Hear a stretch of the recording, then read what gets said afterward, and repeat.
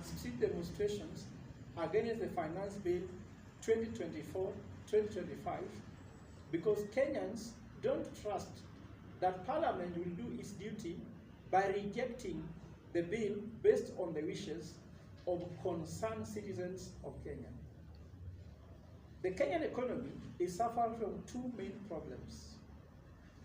One, high debt, and two, low economic activity, evident in the fact that there is no more job creation.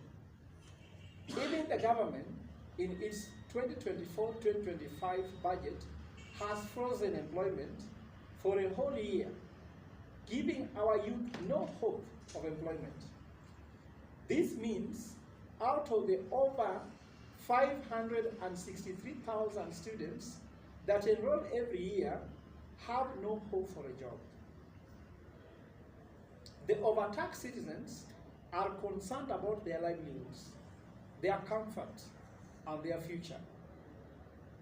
The business community, especially small businesses, are suffering from huge pending bills and high cost of doing business. There is no hope for a brighter future. There is imminent collapse of several industries as business productivity is progressively reduced to unprofitable levels.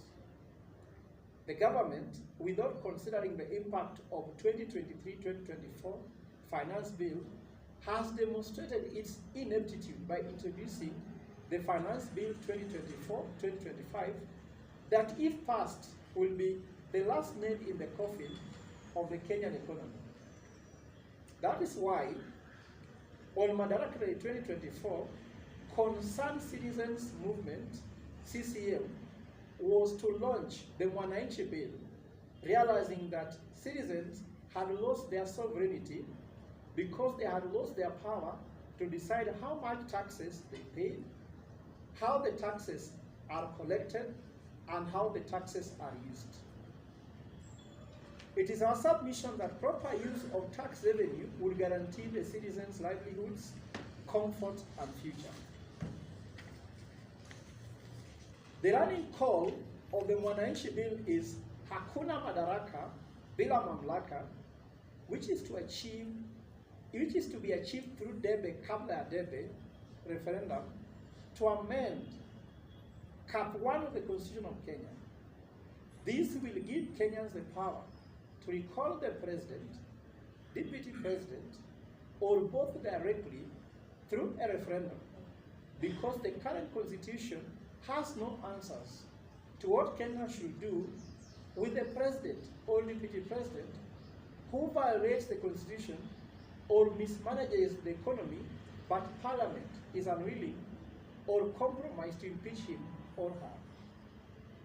The government forcefully dispersed our legitimate and peaceful procession, arrested and locked up 8 of us, the CCM leaders, at the Central Police Station for 2 days.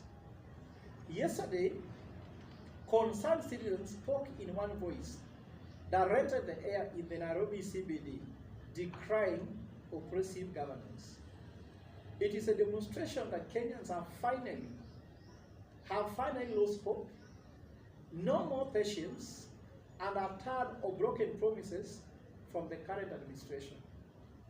It is clear we have a government that is destroying wealth of the rich, killing the ability of the middle class to guarantee their livelihoods, comfort, and future, as they ruin the hopes of the poor of the ever breaking away from the circle of poverty. We Kenyans are educated, diverse, hardworking, and enterprising. We shall no longer endure slavery and servitude meted to us by our elected leaders and public servants. We shall no longer complain about the wanton excesses of our leaders. We shall decisively act to supervise and notify poor performance and recall those who fail to rectify by exercising our sovereign power through constitutional supremacy. All Kenyans are now concerned, rich, middle class, or poor. Teachers, doctors, nurses, security guards, police officers, business community, the youth, women, the elderly, civil society, the Gen Zs, religious leaders are concerned that our country is deep in the wrong direction because the leaders we elected work for themselves, their families, and their cartels. Whether from Lamu, Mombasa, Tana River, Taita Taveta, Nyeri, Murang'a, Siaya, Bungoma, Nakuru, Baringo, Bomet, Uasin Gishu, and all other areas, Kenyans are greatly concerned about their future livelihoods, comfort, and future. Therefore, we shall take action, support the Mwananchi Bill, raise at least 1 million signatures, and amend the Constitution of Kenya to enable us to recall the President, Deputy President, or both at any time of their tenure when their service delivery is unsatisfactory. In that regard, we demand the following from the government.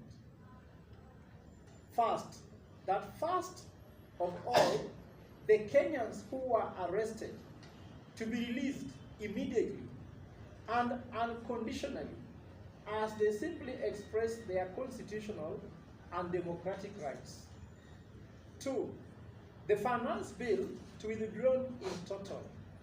It is unnecessary because more than a third of the proposed 3.99 trillion budget will go into corruption, budgeted for or not, and that is 1.3 trillion. Another 1.3 trillion into wastages through non-priority expenditures. We believe employing good governance will realize the 2.6 trillion and save Kenyans from the killing tax burden. The government, to respect the constitution by them, they must not use live ammunition or spark violence. There should be no use of civilian dress police in harassing and beating concerned citizens as they exercise their constitutional rights. On this matter, they are concerned citizens. They are not criminals. Fifth and lastly, that concerned citizens to continue exercising